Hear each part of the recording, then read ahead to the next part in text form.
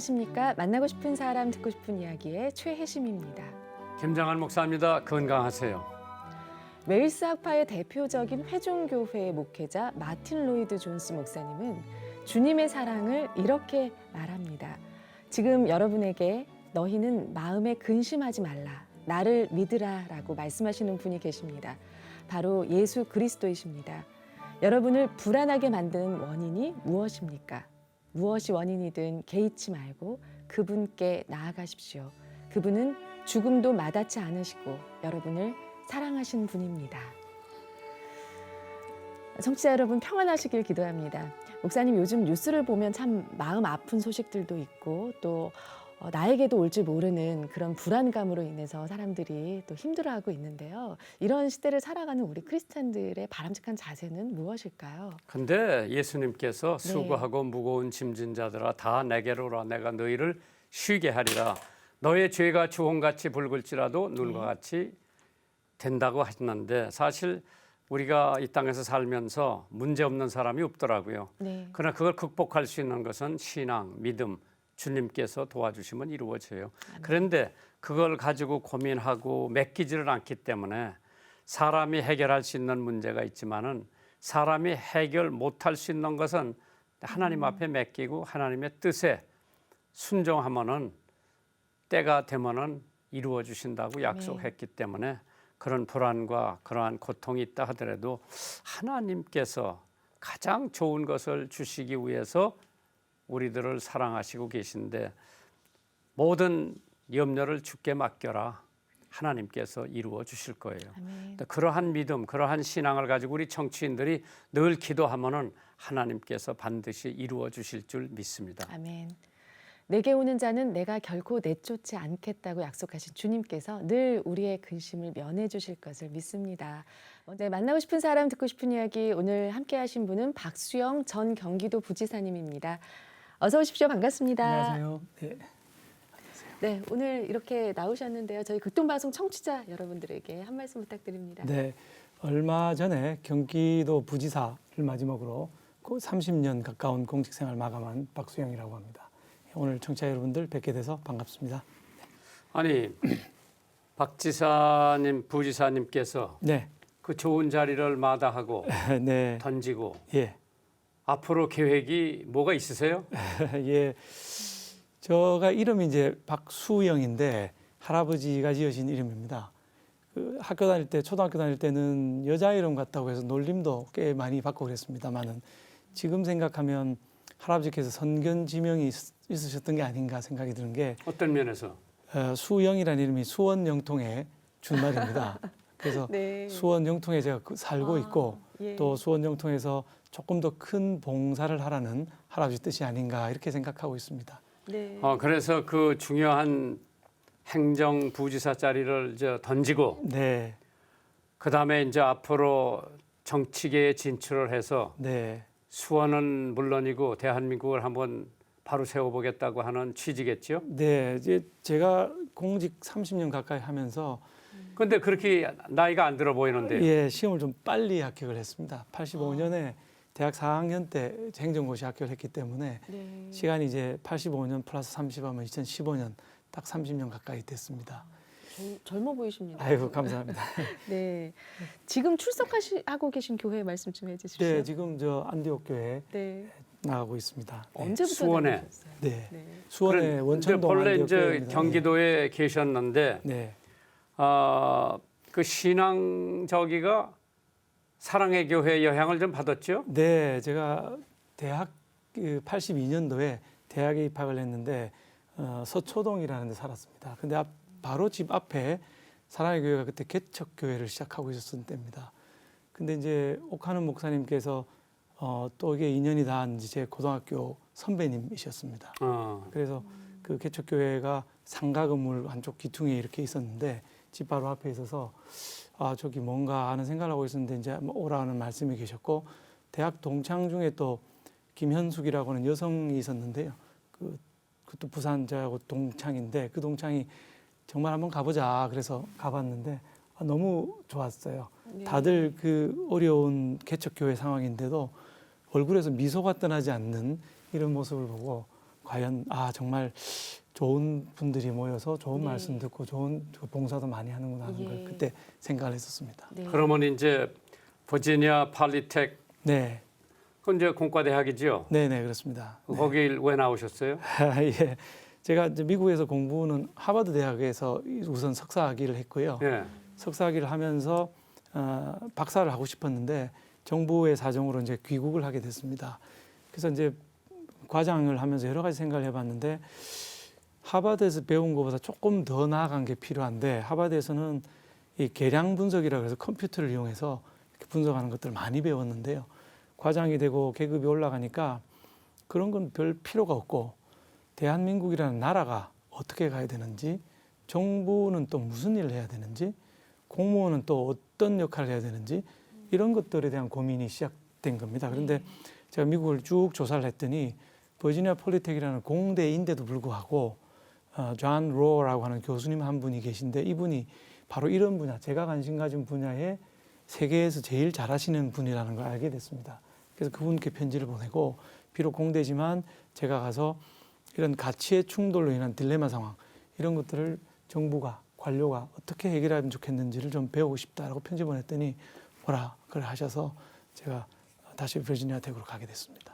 그럼 그건 이제 공직 생활하면서 공직 생활하면서 휴직을 했습니다. 하다가 휴직을 예. 하고 가서 이제 박사학위를 예, 하셨구나. 박사학위는 휴직을, 석사학위는 정부에서 보내준 거였고요. 예, 그리고 다시 정부로 돌아왔습니다. 복직이 됐구먼요. 예, 박사과정을 가기 위한 휴직이라는 제도가 있기 때문에 그걸 통해서 휴직을 하고 박사과정을 이 버지니아 텍이 보통 7년이 걸리는데 제가 3년 반 만에 박사학위를 마치고 다시 정부로 복귀를 했습니다. 그렇게 이제 사람들이 박수영 부지사는 똑똑하다 그런 사람들은 많이 있더라고. 아유, 너무 잘 근데 봐주셔서. 서울법대를 나오시고 네, 그럼 법대하고 공대하고 네, 또 하버드에서는 무슨 석사 했어요? 정책학이라고 하는 겁니다. 정책학. 예, public policy라고 하는 걸 했습니다. 그게 몇 년도예요? 하버드에? Class of 96니까요. 94년부터 96년까지 제가 그 케임브리지에서 공부를 했습니다. 그럼 오래됐네. 네, 오래됐습니다. 예. 공무원 생활 한 6년 정도 했을 거기 이제 때 메인 봤습니다. 차플이 있는데 내가 네, 거기 가서 있습니다. 설교도 했고 예, 예. 하셨군요. 예. 신학교 가서도 설교를 했는데 네, 네, 네. 참 하버드 하니까 가도 굉장히 위협 있는 학교죠. 그럼요. 네. 세계 석학들이 다 오고. 예, 그게 정말 좋습니다. 그때 학교에 한국 학생들이 언더에도 많이 있었어요. 제가 네, 가보니까. 그렇습니다. 언대 학생들 많이 있습니다. 예. 예. 그러면 이제 앞으로 타이반 자이반이든 네, 이제 국회라고 하는 것은 주민들이 네. 선거로 뽑는데 네. 어떻게 지금 가능성이 어느 정도 있어요? 그래서 저는 공직 30년 가까운 생활하면서도 늘 그랬습니다만은 그날 하루 제가 할 수 있는 최선을 다해서 일하고 저녁에 들어가서 스스로에게 미안하지 않으면 저는 괜찮고 결과는 하나님께서 만들어내시는 거다 이런 마음으로 늘 일해왔기 때문에 방금 뭐 선거, 국회 이런 말씀 주셨습니다만은 결과에 연연하기보다는 하루하루 제가 할 수 있는 최선을 다하겠다 이런 마음을 가지고 있습니다. 근데 수원에 보니까 또 선거구가 하나 더 생긴다고 그러는 얘기가 네. 종종 신문에 보도되던데요. 그렇습니다. 뭐 이제 위헌 판결이 났습니다. 인구가 수원이 많은데 선거가 너무 적기 때문에 31만을 넘으면 위헌이 되는데 권선구와 영통구가 34만입니다. 그래서 어차피 그 중간에서 하나를 떼내야 될 걸로 보고 있습니다. 이제 광교라고 하는 데도 또 생겼고요. 네, 광교 지구 생겼습니다. 예. 그래서 앞으로 뭐 어느 구역이 되든 네, 국회의원은 당선되고 봐야 힘을 쓰는데 네, 좋은 결과가 있기를 바라고요. 예, 감사합니다. 이제 가족 얘기 좀 내가 좀 들어볼 텐데 예, 그러면 서울대학 나오실 때 네, 그다음에 이제 교회도 좀 다니셨는데 네, 부인은 어디서 만났어요? 예, 제 집사람, 제 아내는 사실 군대에서 만났습니다. 군대? 네. 어떤 인연으로 만나게 되셨어요? 저희가 이제 그 영천이라는 데 제3사관학교라는 게 있습니다. 있죠. 장교 훈련은 거기서 받게 됩니다. 네. 그 육군사관학교를 제외하면 거기서 훈련 받게 되는데 제가 이제 육군 장교로 훈련을 받으러 갔습니다. 그래서 내무반이라고 해서 군대 방은 내무반이라고 하는데요. 8명이 있습니다. 2층 침대 4개가 있고요. 제 침대 바로 위에 있었던 친구가 제 큰 처남입니다. 그래서 이제 군대 훈련 받는 중에 제 아내가 오빠 면회를 오게 됐습니다. 근데 아시다시피 군대 음식이라는 게 형편없으니까 네. 제 친구가 저보고 동생이 면회 오는데 맛있는 것도 많이 해오니까 한번 같이 가서 먹지 않겠느냐. 네. 저야 뭐 물론 좋죠. 물론 좋죠. 배고픈데.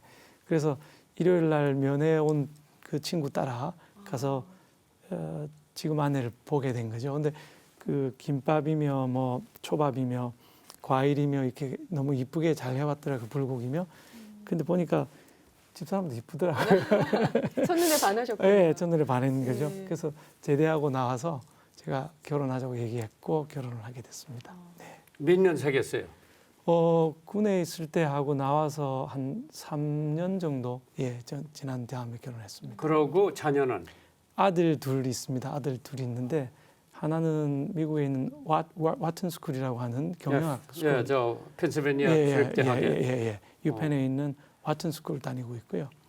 둘째는 지금 늦둥이를 봐서 중학교 3학년 다니고 있습니다. 예.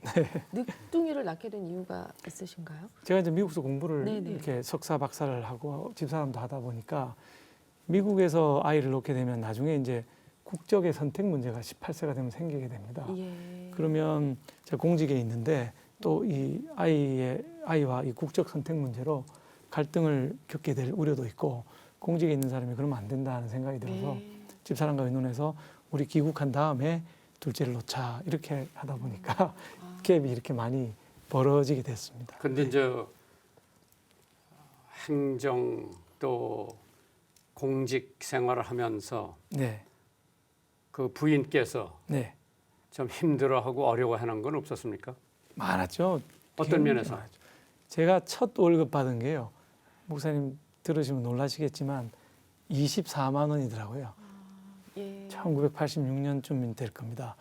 24만 원 월급을 받았는데 제가 서울대학 다닐 때 학생들 가르치는 영어 수학 아르바이트를 했거든요. 그때 받은 돈이 50만 원인데 월급이 24만 원인 거예요. 생활비가 아무리 해도 30만 원은 들던데 그 24만 원 받으니까 힘들죠. 그 경제적인 문제도 많이 어려워했고 또 이제 저희 집사람은 저 공무원 휴가가 사흘인 줄 알아요. 원래 일주일 여름 휴가 가고요. 1년에 23일을 가는데 저는 늘 3일만 갔거든요. 예. 그러니까 3일인 줄 알았다가 지금 알아보니까 그게 아니니까 왜 그랬냐고 맨날 얘기하고요.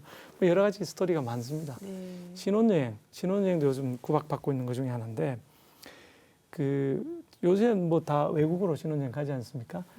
그 저희 집사람도 결혼할 때 외국으로 신혼여행 가고 싶어 했는데 그때 당시는 대한민국이 달러가 모자라는 시절이기 때문에 신혼여행 가려면은 장관님 결제를 받아야 갈 수가 있습니다.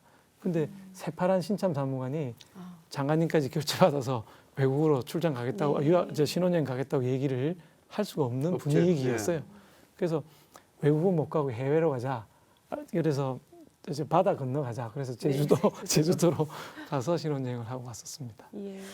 공직 퇴임식을 하지 않겠다 하고 네. 노숙인 급식 봉사를 하셨다고 들었습니다. 네네. 예. 그날은 9월 30일 날인데요. 직원들이 제가 퇴임식을 하면 제가 주인공이 되고 만 300명 정도 앉아서 퇴임식을 1시간 정도 진행하게 되는 게 보통입니다.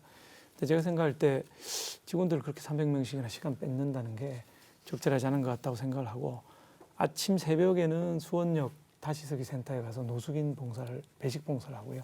한 200명 정도.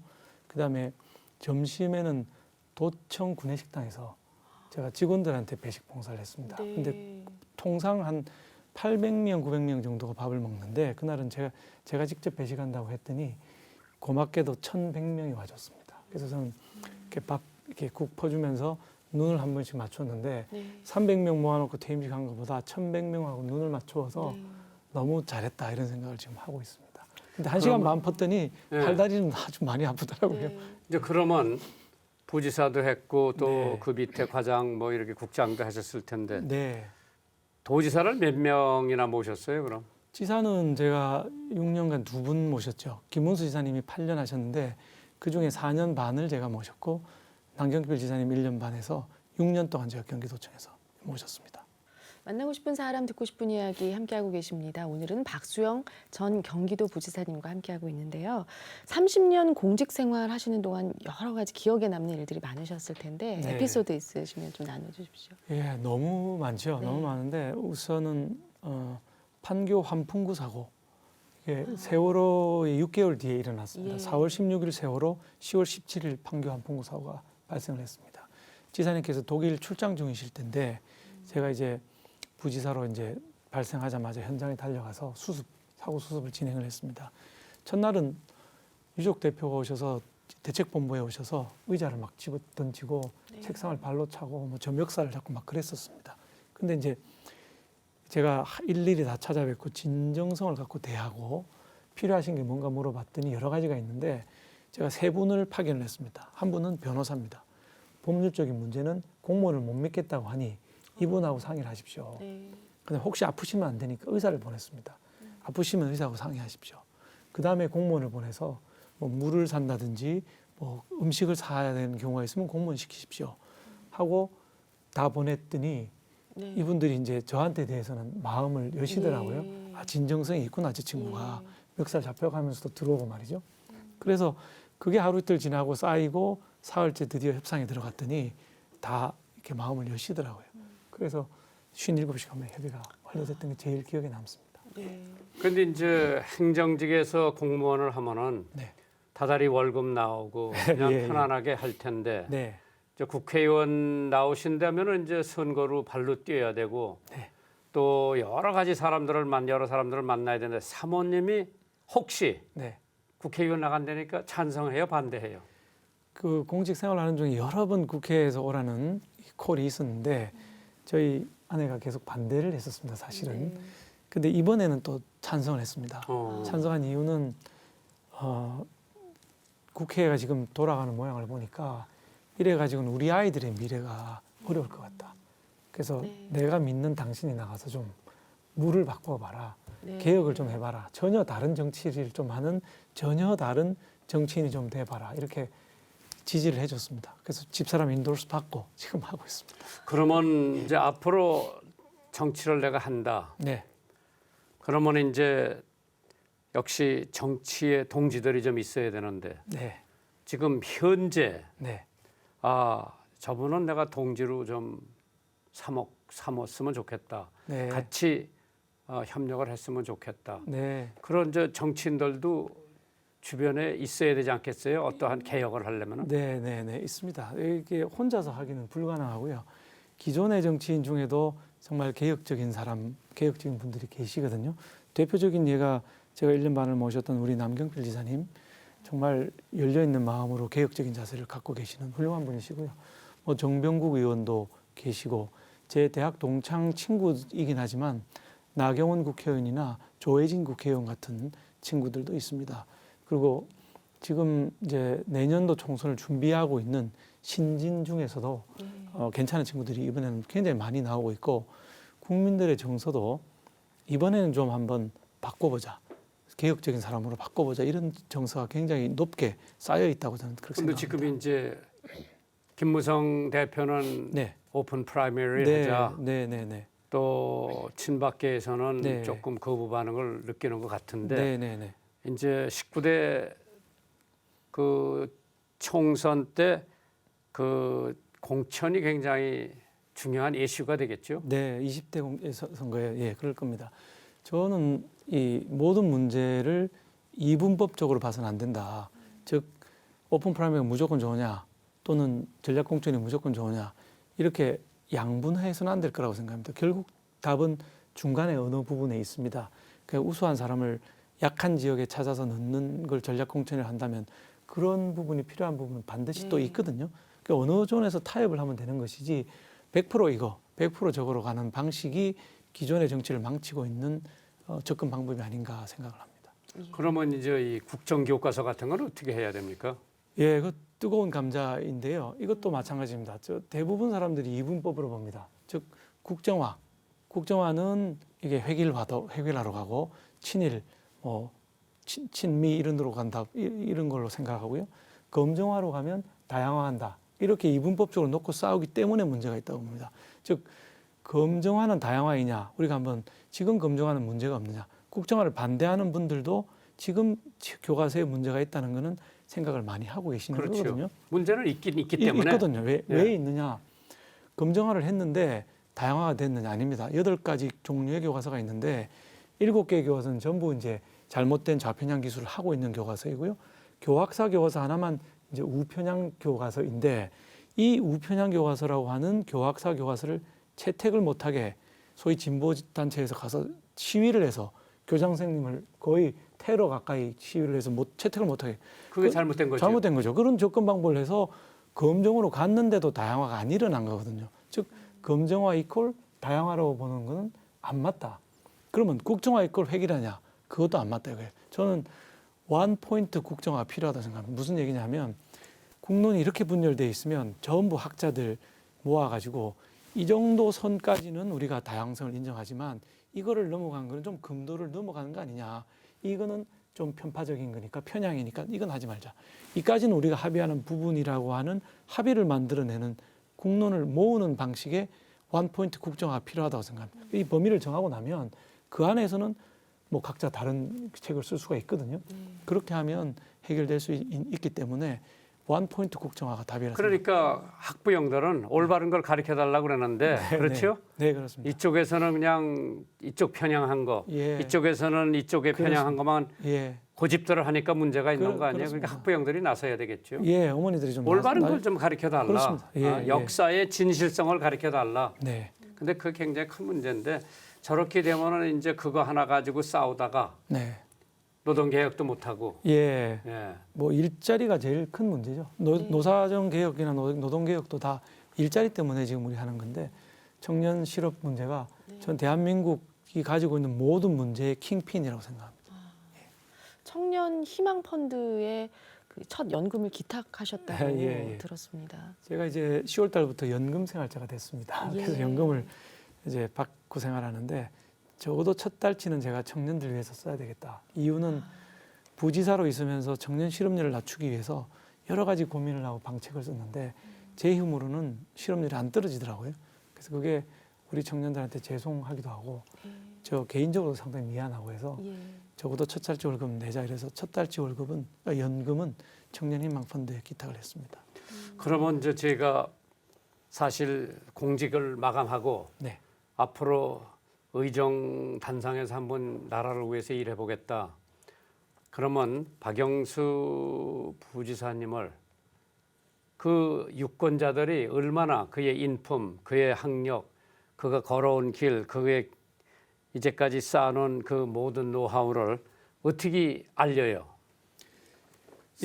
주민들에게. 예, 이제 첫째는 발로 알리는 수밖에 없습니다. 제가 아침 요즘 6시부터 저녁 12시까지 운동화 신고 뛰어다니면서 뭐 여러 분 찾아뵙고 말씀드리고 하고 있는 발로 인지도를 높이는 방법밖에 없다 이렇게 생각하고요. 두 번째로 이제 선거법상 허용되고 있는 것이 12월 15일 이전까지 허용되고 있는 것이 온라인입니다. 온라인상의 선거운동은 선거법상의 제약이 없습니다. 따라서 온라인으로 제 정책을 자꾸 말씀을 드리고 또 SNS 문자도 보내드리고 이런 활동을 지금 계속하고 있습니다. 아마 판교 한풍구 때 유족분들이 시간이 지나면서 제 진정성을 알아주셨듯이 앞으로 6개월이 남아있는데 우리 유권자분들도 제 진정성, 제가 쌓아온 전문성, 그다음에 해결사로서의 본능 이런 걸 이해해 주시지 않겠는가 생각하고 있습니다. 만나고 싶은 사람, 듣고 싶은 이야기 함께하고 계십니다. 오늘은 박수영 전 경기도 부지사님과 함께하고 있습니다. 책 출간을 앞두고 있다고 들었습니다. 네. 제가 11월 20일 오후 3시에 경기도 중소기업 종합지원센터라고 우리 광교에 있는 건물에서 출판 기념회를 가지고 있습니다. 이것도 방금 목사님께서 말씀하신 저를 알리는 방법의 하나입니다.